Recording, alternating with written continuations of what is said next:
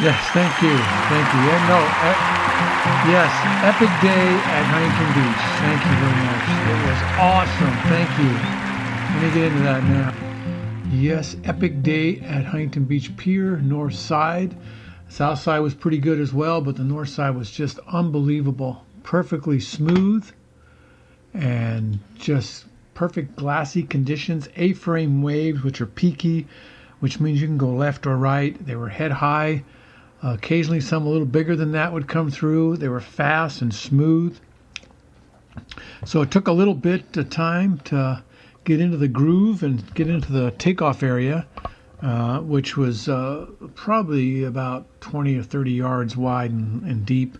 So you did a little bit of paddling, but when those waves came to you, they were just so perfect.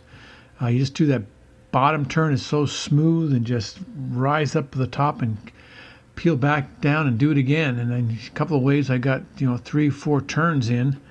It was just beautiful.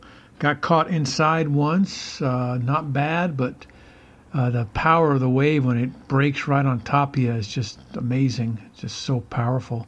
But I was on the small board, so I was able to get pretty deep under it, and so I really didn't get thrashed around very much as I would have gotten if I'd had a bigger board. I wouldn't have been able to get as deep, and it would have thrown me around more.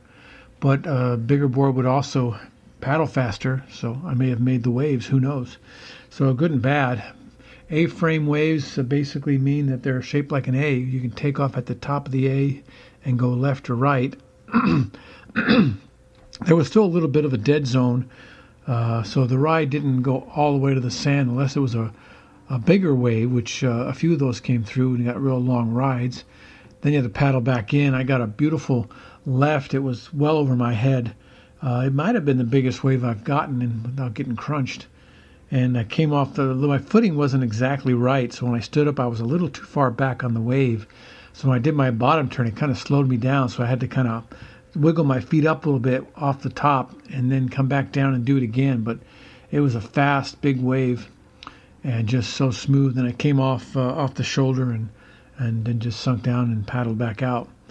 But when I turned on that one, a big set was coming in, so I had to duck dive like 6 or 7 times to get back out. And I really wasn't paddling very hard. I was just lazily paddling out, waiting for the set to finish, and just kept going. 1, 2, 3, 4, 5, 6, 7, 8. 8 waves at least I had to duck under, and then by then I was a little further out, and then it just calmed down and it was flat, so I was able to paddle out pretty fast after that. But after paddling and ducking for 7 or 8 times, it's exhausting. So by the time I got out, I was down the beach a ways, so I had to paddle back south towards the pier just to catch up with our group, and there was 4 of us. Didn't see anybody else in the water, just the 4 that we came with. So school started today for the high school, so that made the crowd a little thinner.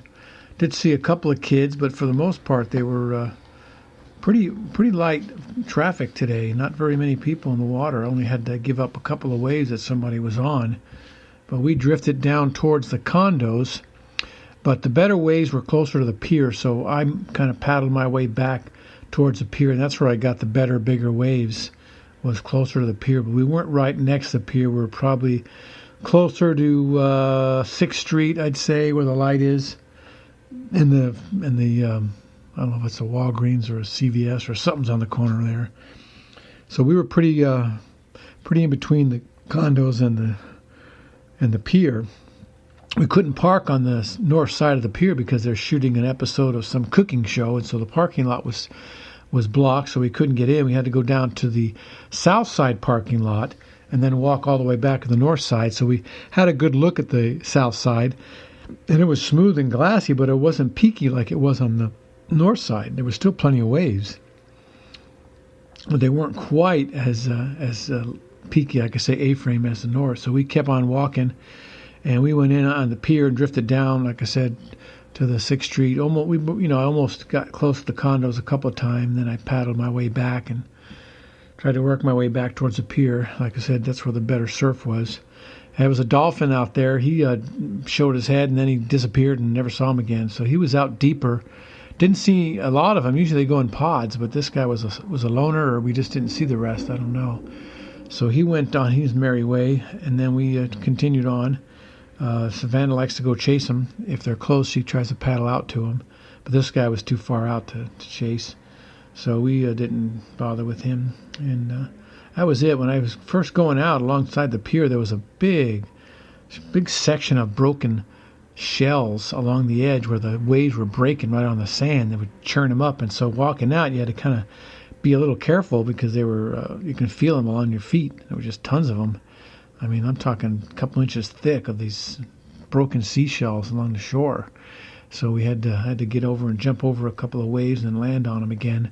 But once I got past the immediate shore break, I paddled hard for a couple seconds to make it out, and then I just went alongside the pier, and the current was pretty favorable to get out because it was pushing you out pretty easily. So we made it out pretty quick, and I didn't catch any waves next to the pier because there was like 20 guys there.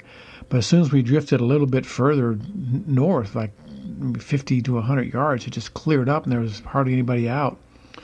So that's a good sign for, I mean, if you're a surfer and not a person who has to go to school. But school's in, so they went. So we still got another group that still hasn't opened yet, and they open up next week, I think on Tuesday, because Monday's the holiday. So there'll be a few more people taking off, getting out of the water to go to school. But then in a week or so, the high schools will start showing up early next to the pier on both sides, and they have the surfing class from the high school, and so they're there until 7:30. By 8 o'clock, they're usually all gone because they got to go to class. So it's just going to change a little bit, so we'll just adjust and do what we have to. The surf was just so perfect today. I had left and rights. I did a nice right. The trouble with the right is I did a really deep bottom turn, but when I came off the top, it wasn't strong enough, and either that or I went too high, and I couldn't turn back into the wave, and the rail just sunk, and I just flopped over.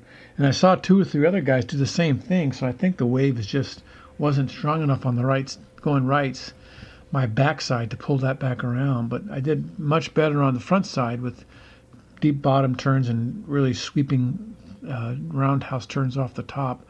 I did one quick turn off another wave where I came off the bottom and I just whipped it back just to do it. It was necessary, but it was so smooth you just felt like making bigger, wider turns because it was just like race car driving or flying. I mean, that one wave I got that was overhead was just, by the time I come off the bottom and back up at the top, I was flying. It felt so smooth and just cool. So epic day at Huntington Pier, so awesome. Again, don't know what tomorrow she'll bring. You never know what's going to happen. You just got to take the good ones and just be thankful that you're in shape and surf every day, that when the good days come, you can surf a long time and take advantage of those epic waves. So surf's up, dudes. See what happens tomorrow. Thanks for listening. Check out our sponsors, nappyclothing.com, Herchiro, and taskbullet.com, and Swing Easy Hammocks. Thanks. See you tomorrow. Thanks for listening. Bye.